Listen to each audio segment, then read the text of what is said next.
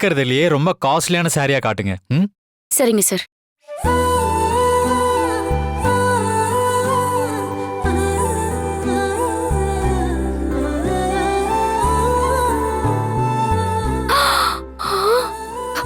சின்னையா, ம்? விலை இவ்ளோ அதிகமா இருக்கு. என்னோட லவ்வுக்கு முன்னாடி இதெல்லாம் கம்மி தான் இல்ல? போங்க சின்னையா. சரி, ரேட்டு பார்க்காம உனக்கு பிடிச்ச புடவைய எடு. ம்? ம். எடு.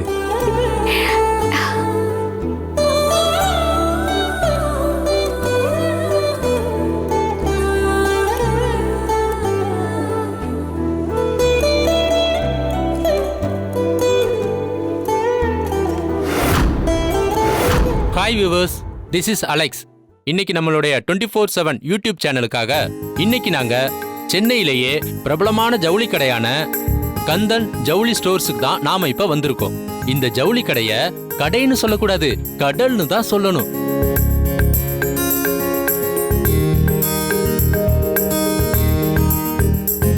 கந்தன் ஜவுளி ஸ்டோர்ஸ்ல விதவிதமான டிசைன்ஸ், கலர்ஸ், குவாலிட்டின்னு அனைவருக்குமான ஒரு கடையா இங்க இருக்கு.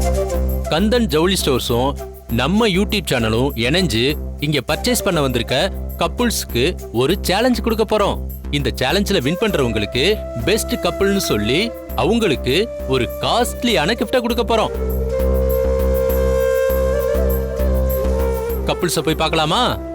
வாங்க போலாம் வாங்க. இது நல்லா இருக்குல்ல? Hello sir. Yeah, hello. வணக்கம் சார். பர்ச்சேஸ்க்கு நீங்களும் உங்க ஒய்ஃபும் வந்திருக்கீங்கல்ல? ஆமா சார், இது ஒரு லைவ் ப்ரோக்ராம். இந்த போட்டியில நீங்க கலந்துக்கணும்னு நாங்க ஆசைப்படுறோம். ஆ, அதுக்கு இப்போ நான் என்ன பண்ணணும்? உங்க ஒய்ஃப் அவங்களுக்கு பிடிச்ச ஒரே ஒரு புடவைய செலக்ட் பண்ணணும். அந்த புடவைய உங்களுக்கே தெரியாதபடி புடவையோட புடவையா அதை மறைச்சு வச்சிருவோம். உங்க ஒய்ஃப் செலக்ட் பண்ண அந்த புடவைய எதுன்னு நீங்க கண்டுபிடிக்கணும். உங்களுக்கு 5 minutes டைம் கொடுப்போம். அதை கண்டுபிடிச்சு எடுத்துட்டா நீங்க தான் அந்த பெஸ்ட் கப்பிள்ஸ். இவ்ளோ புடவைகள்ல நான் எடுத்த புடவைய எப்படி கண்டுபிடிக்க முடியும்? மேடம், அதுதான் சேலஞ்சே மேடம். உங்க ஹஸ்பண்ட் உங்களை எவ்வளவு தூரம் புரிஞ்சு வச்சிருக்காருன்னு இதுல தெரிஞ்சிரும்ல. நான் பாத்துக்கிறேன். ரெடியா? சேலஞ்சுக்கு நான் ரெடி. சின்னையா, நீங்க என்ன எவ்வளவு புரிஞ்சு வச்சிருக்கீங்கன்னு எனக்கே தெரியும். போட்டிலாம் எதுக்கு? துர்கா, இது சும்மா ஜாலிக்காக தானே. நான் ட்ரை பண்றேன். ம்? நீ உனக்கு பிடிச்ச புடவைய எடுத்து வை, சரியா? சரி. I am ready bro. Super sir. Hi viewers, இந்த கப்பிள்ஸ் சேலஞ்சுக்கு ரெடி ஆயிட்டாங்க. சார், உங்க நேம், உங்க ஒய்ஃபோட நேம் சொல்லுங்க. என் பேரு Ashok, wife Durga. Mr Ashok and Mrs Durga 2 பேரும் இந்த கேம்ல கலந்துக்க போறாங்க. ரூல்ஸ் என்னன்னு முன்னாடியே நான் சொல்லிட்டேன். அசோக் சார் ரொம்ப கான்ஃபிடென்ட்டா இருக்காரு. என்ன சார், ரெடியா?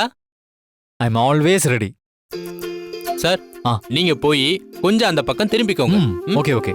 துர்கா, போங்க. ஓகேவா ப்ரோ? மேடம், இப்போ நீங்க உங்களுக்கு பிடிச்ச சாரிய செலக்ட் பண்ணுங்க.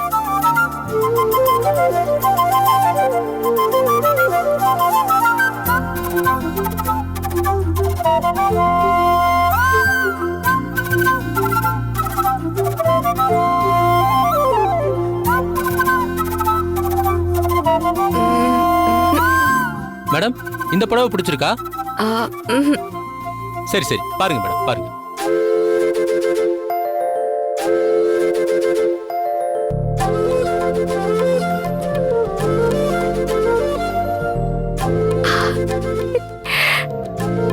நான் இந்த புடவை எடுத்துக்கிறேன். கொடுங்க மேடம், கொடுங்க. மிஸ்ஸஸ் துர்கா இந்த புடவைய செலக்ட் பண்ணிருக்காங்க. இத மடிச்சு மத்த புடவைங்களோட வைக்க போறோம். அதுக்கப்புறம் மிஸ்டர் அசோக் வந்து அவருடைய மனைவி செலக்ட் பண்ண இந்த புடவைய கண்டுபிடிக்கணும். அவர் கண்டுபிடிக்கிறாரா இல்லையான்னு இன்னும் கொஞ்ச நேரத்துல தெரிய போகுது.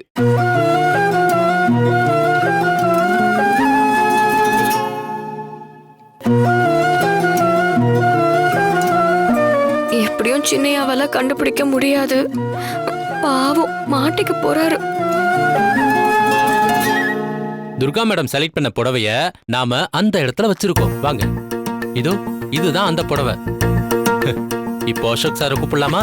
மேடம், உங்க ஹஸ்பண்ட கூப்பிடலாமா? ம். சார், எஸ், வாங்க சார். ரெடியா? ரெடி. வாங்க சார், இப்படி வாங்க. செலக்ட் பண்ணியாச்சா? ம். சார், இப்போ உங்களுக்கு 5 minutes டைம் கொடுக்குறோம். அதுக்குள்ள உங்க ஒய்ஃப் செலக்ட் பண்ண புடவைய நீங்க கண்டுபிடிக்கணும். சரியா?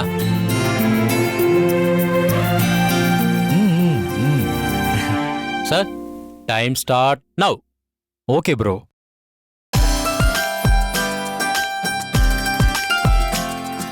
அசோக் சாரு அவங்க ஒய்ஃப் செலக்ட் பண்ண புடவைய தேடி கண்டுபிடிப்பாரான்னு கொஞ்ச நேரத்துல இப்ப நமக்கு தெரிஞ்சிரும். துர்கா மேடம் புடவைய எங்க வச்சிருக்காங்கன்னு உங்க எல்லாருக்கும் தெரியும்.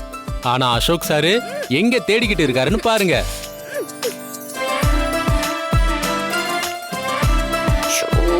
சார், 5 நிமிஷத்துல 1 நிமிஷம் போயிருச்சு.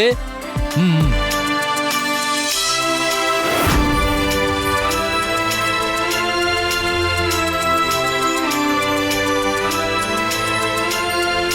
நான் என் துர்கா மேல வச்சிருக்கிற காதல் உண்மைன்னா அந்த காதலே எனக்கு அவ எடுத்த புடவைய காட்டி கொடுத்துரும்.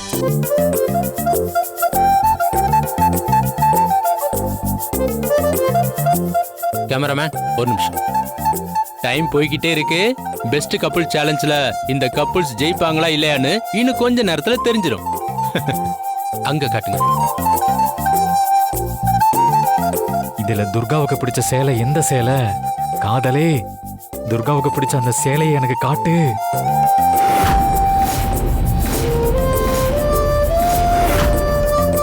துர்கா மேல நான் வச்சிருக்கிற பிரியம் கைவிட்டுடாது. சார், 30 செகண்ட்ஸ் இருக்கு சார். சரி ப்ரோ.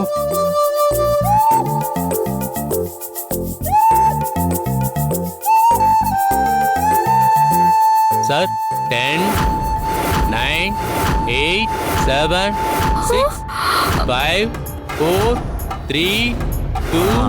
இந்த புடவை தான். Wow, super sir.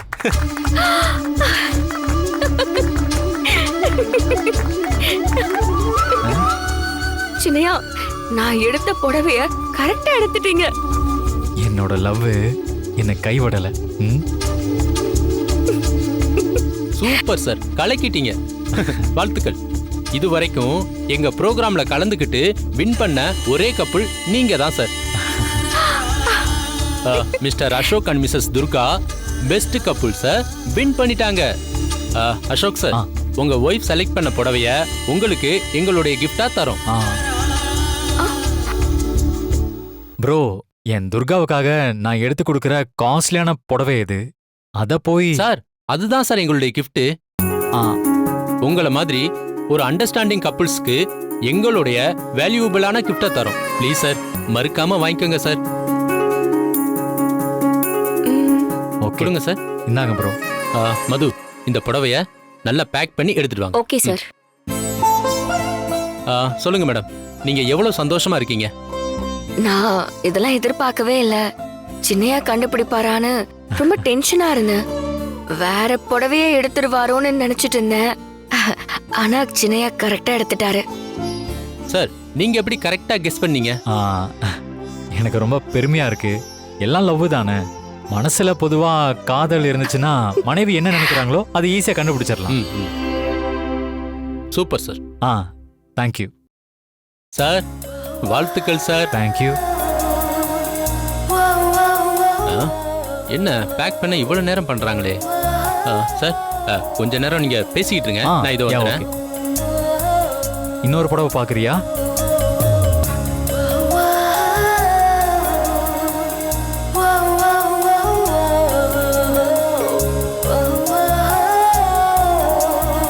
வேற எதுவும் வாங்கணுமா? ஒண்ணும் இல்ல. இல்ல சின்னையா, போதும். எஸ். நீங்க உங்க வைஃபுக்கு கிஃப்டா கொடுக்க வேண்டிய புடவைய உங்க கையாலேயே கொடுங்க. கொடுங்க. இந்தாங்க சார். வாங்கிக்கோ.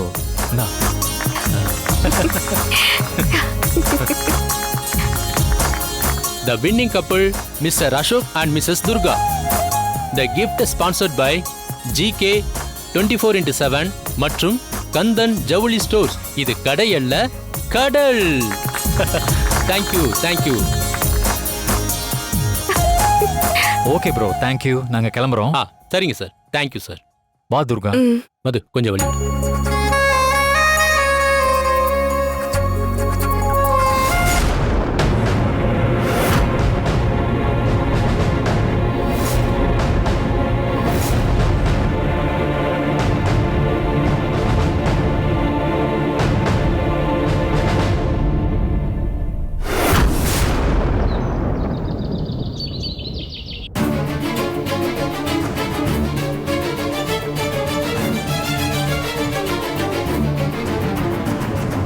என்ன வீணா இது? நேத்து அவ்வளவு வீராப்பா சொல்லிட்டு போன. ஆஃப்டர் ஆல் துர்கா கையில கட்டி இருக்கிற ஒரு கயிறு, அந்த கயிறு அவுக்க முடியல உன்னால. ஆக துர்கா பண்ண பூஜையில நீங்க 3 பேரும் போய் சிறப்பு விருந்தினரா கலந்துகிட்டு பூஜைய நல்லபடியா முடிச்சிட்டு வந்திருக்கீங்க, அப்படித்தானே?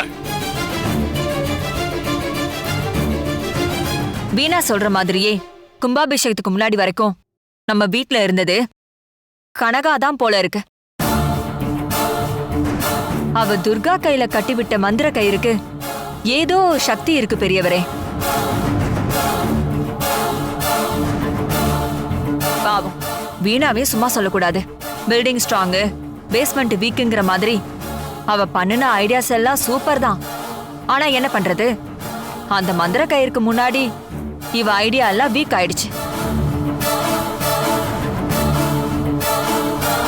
பாவம், இவ என்ன பண்ணுவா? இதுக்கும் மேலேயும் அந்த பவர்ஃபுல்லான மந்திர கயிறை இவளால அவுக்க முடியும்னு எனக்கு தோணல. அதனால இவளை விட்டுடுங்க. துர்காவை அழிக்க வேற ஏதாவது வழி இருக்கான்னு யோசிங்க. அத்தை, நீங்க என்ன கிண்டல் பண்ணாலும் இப்ப நீங்க சொன்னீங்களே அது அத்தனையும் உண்மைதான். ஆனா அந்த கயிறு அவுக்க முடியாதுன்னு மட்டும் சொல்லாதீங்க. நான் அதை அவுத்து காட்டுவேன். அதுக்கப்புறம் துர்காவுக்கு எந்த ஒரு பவரும் இல்லைன்னு நிரூபிச்சு காட்டுவேன்.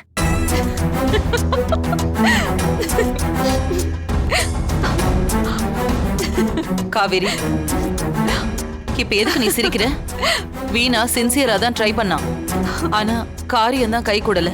அதுக்கு அவ என்ன பண்ணுவா? அதத்தான் நானும் சொல்றேன். ஆனா தயவு செஞ்சு இவளுக்கு சப்போர்ட் பண்ணி பேசுறத நிறுத்துங்க. இவளோட முட்டாள்தனத்தினால நாம இன்னைக்கு அசோக் கிட்ட மாட்டிருப்போம். நான் வர வச்ச ஆளு கில்லி. அவன் ஒண்ணு அசோக் கையில மாட்டலையே, நம்மள பத்தி மூச்சு கூட விடல. எப்படியோ எஸ்கேப் ஆயிட்டான். ஆனா அதுக்கப்புறம் நான் அவனுக்கு போன் பண்ணி பேசினேன். என்ன சொன்ன? அந்த கயிறை கனகா தான் கட்டி விட்டதா துர்கா உண்மையை ஒத்துக்கிட்டா. அவன் கொடுத்த பிரஷர்ல அவ அந்த கயிறை அவுத்து எரியவும் தயாராயிட்டாளாம். திடீர்னு அசோக் வந்ததால மொத்தமும் கொலாப்ஸ் ஆயிடுச்சு. ஆனா கனகா கொடுத்து விட்டதா ஒரு துண்டு சீட்டை ஒரு லேடி மூலமா நான் தான் கொடுத்து விட்டேன். அத கனகா தான் கொடுத்து விட்டதா நம்பி கைய உயர்த்தி கயிறை தொட்டு காமிச்சா. கனகாவை தான் பார்க்க போறோம்னு சொல்லி துர்கா கையில விளக்க எடுத்துக்கிட்டு சன்னதிக்கு பின்னாடி ரொம்ப ஆர்வமா போனா.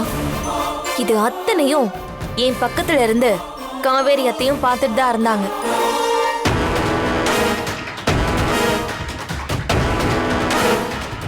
ஆனா அப்ப கூட கனகாவையும் அவ கட்டிவிட்ட கயிறை பத்தியும் நம்ப மாட்டேன்னு சொன்னா எனக்கு என்ன? I don't care. போது நிறுத்திடி. நீ செய்ய நினைக்கிற எல்லாத்தையும் துர்கா ஒன்ன வச்சு செஞ்சு நம்மள ஆட்டி படைக்கிறான். அப்படிதான் கோயில் சில விஷயத்துல பெரியவரே ஆட்டி படைச்சா. அதுதானே இப்போ நடக்குது. நான் சொல்றத நம்பாம கனகா கயிறுன்னு எங்களை முட்டாளாக்க பாக்குற. அதனால நீ சொல்ற எதையும் நம்ப நான் தயாரா இல்ல. போதுமா? நம்ப வேண்டாம். ஆனா அசோக்கோட கல்யாணம் நடக்க கூடாது. அதுக்கு நான் என்ன செய்யணுமோ அதை செய்ய தான் போறேன். என்ன கிரிட்டிசைஸ் பண்றதை விட்டுட்டு உங்களாலையும் ஏதாச்சும் செய்ய முடிஞ்சா அதை செய்யுங்க. சபாஷ், மாமியாருக்கும் மருமகளுக்கும் சரியான போட்டிதான். ஜனா, அண்ணே, என்னடா ஏண்டி என்னால எதுவுமே செய்ய முடியாதுன்னு நினைச்சிட்டு இருக்கியா? என்ன செய்ய போறேன்றத நேரம் வரப்ப நானே சொல்றேன். அப்ப இந்த காவேரி ஜெயிச்சு காட்டுவாடி. என்னங்க எப்ப பார்த்தாலும் இவங்க 2 பேரும் இப்படிதான் சண்டை போட்டுட்டே இருக்காங்க. நான் வீணா சொல்றத நம்புறேன். நாம இப்போ ஆக வேண்டியதை பார்க்கலாம். ஏற்கனவே சொன்னதுதான், சத்யா சாகணும். அத காரணமா சொல்லி துர்கா கட்டி இருக்கிற கயிறால தான் சத்யா இறந்துட்டான்னு அசோக்க நம்ப வைக்கணும். அவன் மூலமாவே அந்த கயிறை அவுக்க வைக்கணும். அது மட்டும் இல்லாம சாவு நடந்த வீட்ல 1 வருஷத்துக்கு கல்யாணம் பண்ணக்கூடாதுன்னு அவங்க கல்யாணத்தையும் தடுத்து நிறுத்தணும். நேரம் வர்றப்போ துர்காவோட கதையையும் முடிக்கணும். ஆனா துர்கா கட்டி இருக்கிற கயிறால தான் சத்யா செத்தான்னு நாம சொல்றத அசோக் நம்பணுமே அண்ணி. முதல்ல நம்ப மாட்டான். ஆனா அசோக் முன்னாடி துர்காவுக்கு நாம ஒரு கண்டிஷன் வைக்கணும். என்ன கண்டிஷன் வைக்கணும்?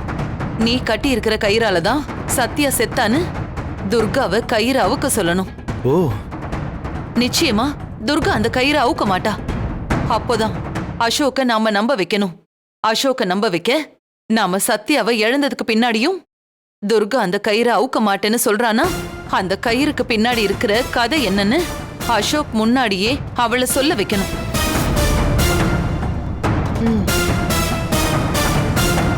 அப்ப மட்டும் அவ உண்மை சொல்லிடுவாளா என்ன? அசோக் மேல சத்தியம் பண்ணி அவளை சொல்ல சொல்லணும். அதுக்கப்புறம் என்ன, கனகாவை பத்தியும் அவ கட்டி இருக்கிற கயிறை பத்தியும் அவ சொல்லிதானே ஆகணும்.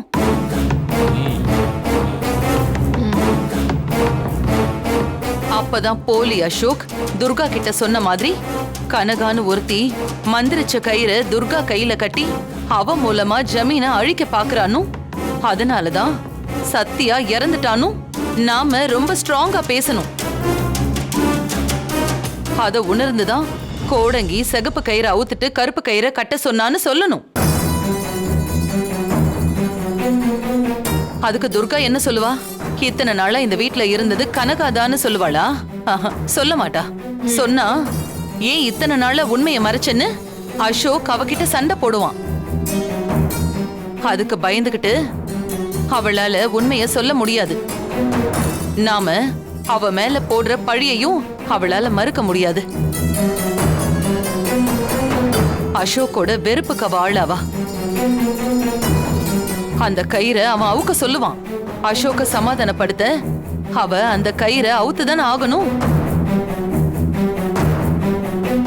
அதுக்கப்புறமும் விடாம என் மருமக சத்யாவை கொன்ன உனக்கு இந்த வீட்ல இடம் இல்லைன்னு அவளை வீட்டை விட்டே அடிச்சு துரத்தணும்.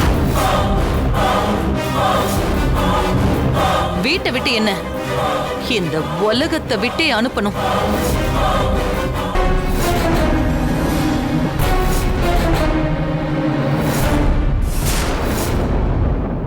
சரிக்கா, உங்க லாஜிக் படியே வச்சுக்கிட்டாலும் சத்யாவை கொன்னதுக்கு அப்புறமா தானே அதை காட்டி கயிறை அவுக்க வைப்பேன்னு சொல்றீங்க. அந்த கயிறுக்கு சக்தி இருக்குன்னா உங்களால எப்படி சத்யாவை கொல்ல முடியும்? இப்படிதான் யார் எதை சொன்னாலுமே குதர்க்கமா ஒரு கேள்வி கேட்டுட்டே இருப்பாங்க.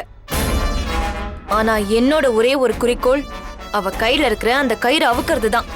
அதை நான் செஞ்சு காட்டுறேன். முதல்ல உங்க சண்டையை நிறுத்துங்க. அகிலா சொன்ன மாதிரி கயிறை காரணம் காட்டி சத்யாவை கொல்ற முயற்சியை நாம கைவிட வேண்டாம். அவ சொல்றப்பவே சத்யாவை கொல்றதுக்கான ஐடியாவை நான் யோசனை பண்ணிட்டேன்.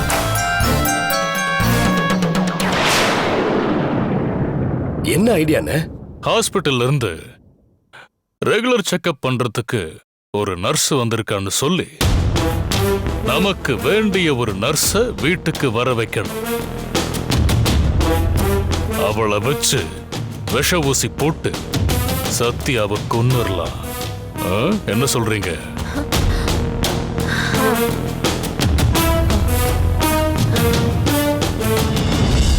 அப்பா சூப்பர் ஐடியாப்பா. சரி சரி, நீங்க எல்லாருமே கல்யாண வேலை பார்க்குற மாதிரி போய் அசோக் தேவா முன்னாடி ஷோ காட்டுங்க. அதுக்குள்ள நமக்கு வேண்டிய நர்ஸ் ஒருத்தி இருக்கா, அவகிட்ட பேசி நான் ரெடி பண்ணிடுறேன். சரிங்க. போங்க.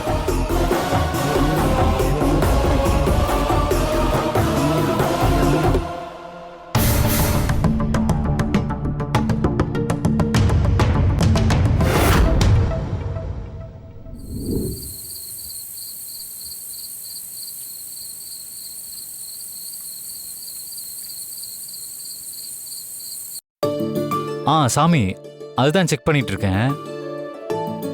இருங்க, ஒரு நிமிஷம் லைன்ல இருங்க. சொன்ன நேரம் சரியா இருக்கான்னு ஒரு வாட்டி செக் பண்ணிக்கிறேன். துர்கா, நீ போ போ போ.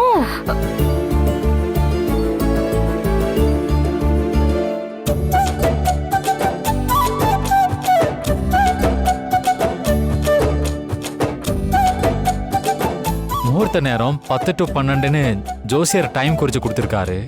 இல்ல, உங்களுக்கு ஞாபகப்படுத்தி தான் ஃபோன் பண்ணேன். காலையில கொஞ்சம் சீக்கிரமா வந்துடுங்க. ஏய், நீ சொல்லு. கௌரி, இல்ல நீ சொல்லு. அது பிரச்சனை இல்ல. சரிங்க சாமி, சரி சரி. நீ சொல்லு. முடியாது, எனக்கு பயமா இருக்கு. நீயே சொல்லு. சாமி, நான் கொஞ்ச நேரத்துல கூப்பிடுறேன். வைக்கிறேன். சொல்லுன்னு சொல்றேன்ல. நீயே என்ன என்ன ரெண்டு பேரும் கஞ்சாடையிலே பேசிக்கிறீங்க? என்ன விஷயம்? அது சித்தப்பா,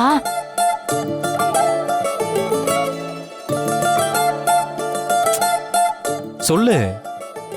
நீங்க அத துர்கா கிட்டே கேட்டுக்கோங்க. துர்கா, என்ன விஷயம்? அது ஒண்ணும் இல்ல சின்னையா. ஹே, எதுக்கு இப்ப நெளிஞ்சிட்டு இருக்க? என்ன விஷயம்னு சொல்ல போறியா இல்லையா? முதல்ல நீங்க எழுந்திருச்சு நில்லுங்க. என்ன, எந்திரிச்சு நிக்கணுமா? ஆமா, எழுந்திருச்சு நில்லுங்க. சரி, ஓகே. சொல்லு.